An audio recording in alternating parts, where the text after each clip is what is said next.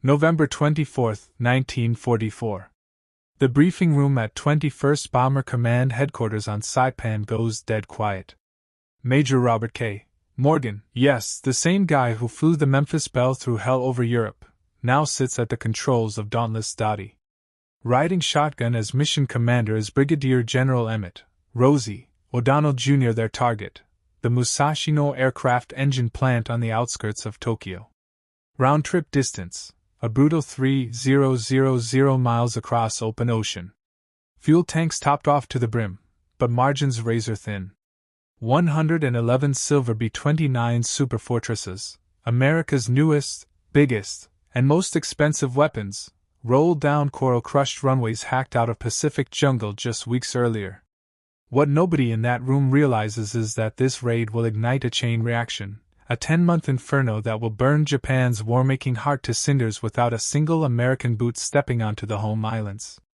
The Pacific War had already taught U.S. strategists a hard truth. Japan's factories weren't just in industrial zones, they were everywhere. Tiny machine shops tucked between paper-walled homes, cottage foundries and back alleys, families handcrafting fuses on tatami mats. Knock out the big plants, and the war keeps humming. Burn the neighborhoods, and the whole machine stalls.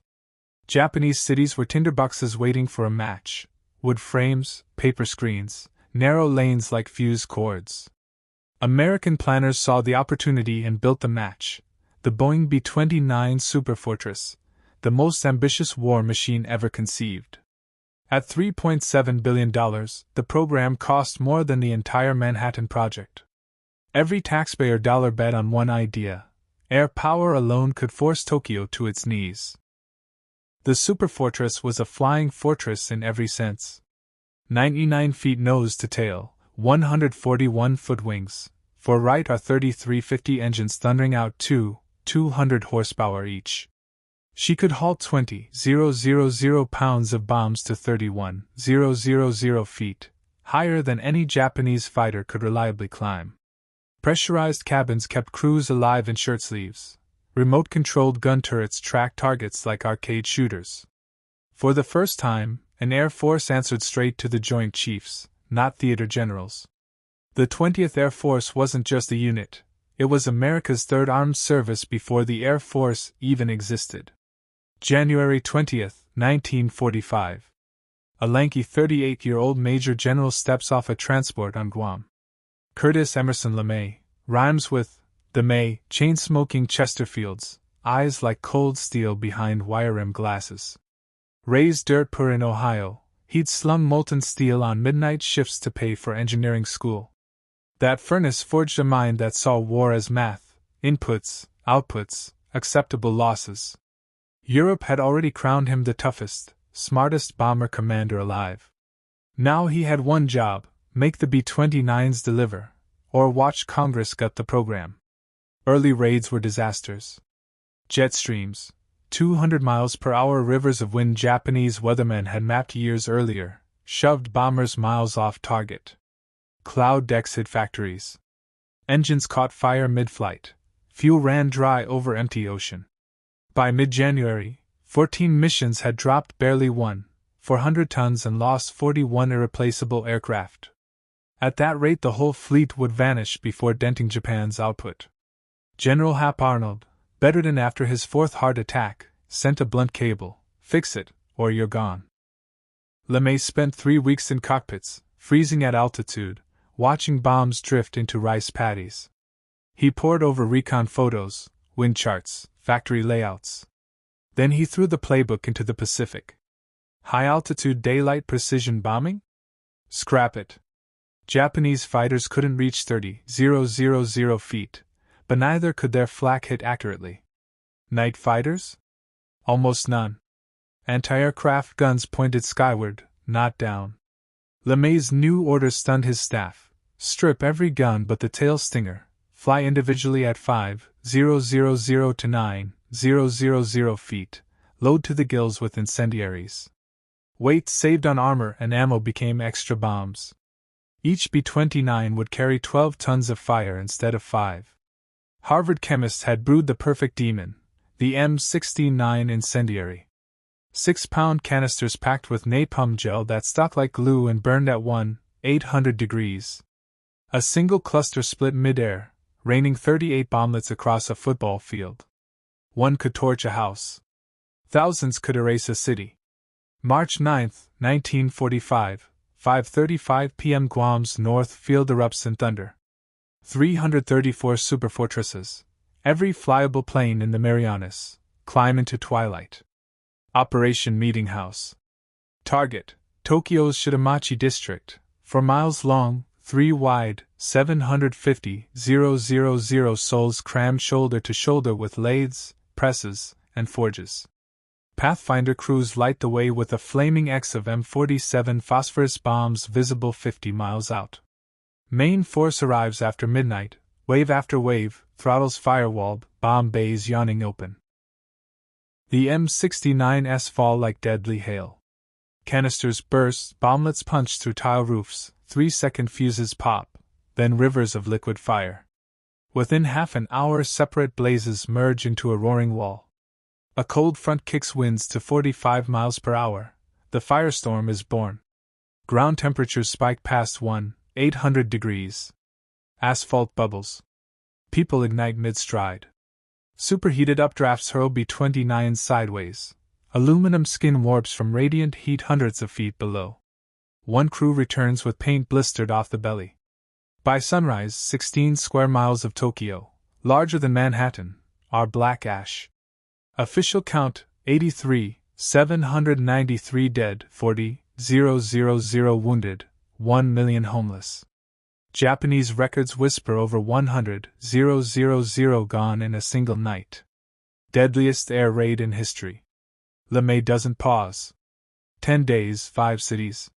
Nagoya, Osaka, Kobe, each raid bigger, hotter, more precise. 313 bombers on the 11th. 274 on the 13th, 331 on the 16th, 32 square miles erased, 150,000 lives snuffed, millions wandering ruins with nothing but the clothes on their backs. Incendiary stocks run dry, maintenance crews sleep under wings, patching engines by flashlight. Japan scrambles. Teen pilots ram B-29s in suicide dives. Flak guns lower barrels for low-level shots. Civilians clutch sand buckets against napalm oceans. Propaganda screams, 100 million die together! But radio intercepts betray panic in the Imperial Palace. Emperor Hirohito tours the charred capital, face streaked with tears. May 23, 1945.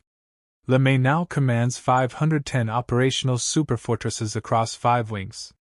Radar-equipped night birds from the 315th join the fray. 558 bombers hit Tokyo in broad daylight, biggest armada yet. Pathfinders paint multiple bullseyes across untouched southern wards.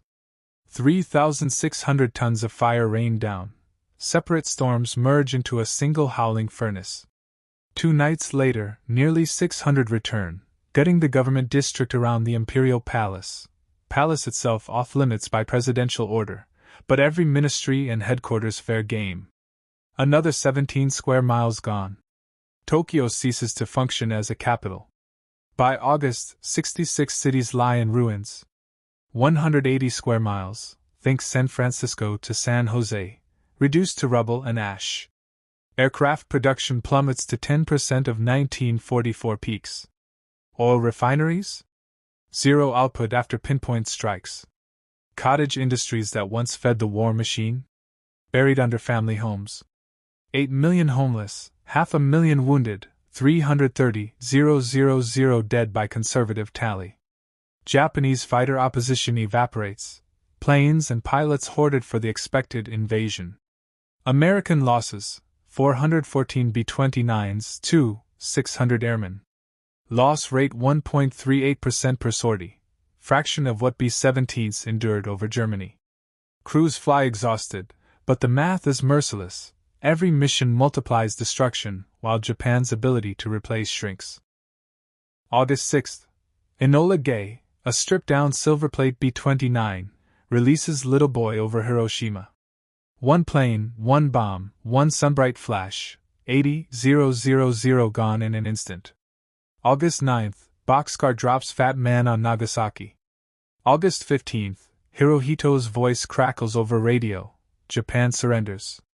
September 2nd, aboard USS Missouri in Tokyo Bay, Japanese envoys sign beneath the wings of 462 superfortresses droning overhead in perfect formation, their shadows sliding across the water like Judgment Day. Curtis LeMay pins the Distinguished Service Medal to his chest, later builds Strategic Air Command, architects the Cold War deterrent. The B-29 flies on through Korea, retires in 1960, but its ghost haunts every bomber since. Monuments in 66 Japanese cities mark the scorched earth where American air power rewrote the rules of war. The campaign proved Billy Mitchell right. Wars can end from 30,000 feet. It proved American industry could outbuild, outthink, outburn any empire. It proved that when a nation of factory workers, farm boys, and immigrant engineers sets its mind to victory, no fortress on earth is safe. From Saipan's coral dust to Tokyo's ashes, the B-29 Superfortress didn't just bomb Japan into surrender. It forged the template for modern air power, showed that adaptability trumps doctrine, and etched in fire a truth every generation since has lived under. The sky belongs to those who dare to own it. And that, America, is how your grandfathers, grease under their nails, coffee in their thermos, fear in their guts, turn the tide of history with aluminum, high-octane, and unbreakable will. Freedom's price was paid in flames over the Pacific, and the world has never been the same.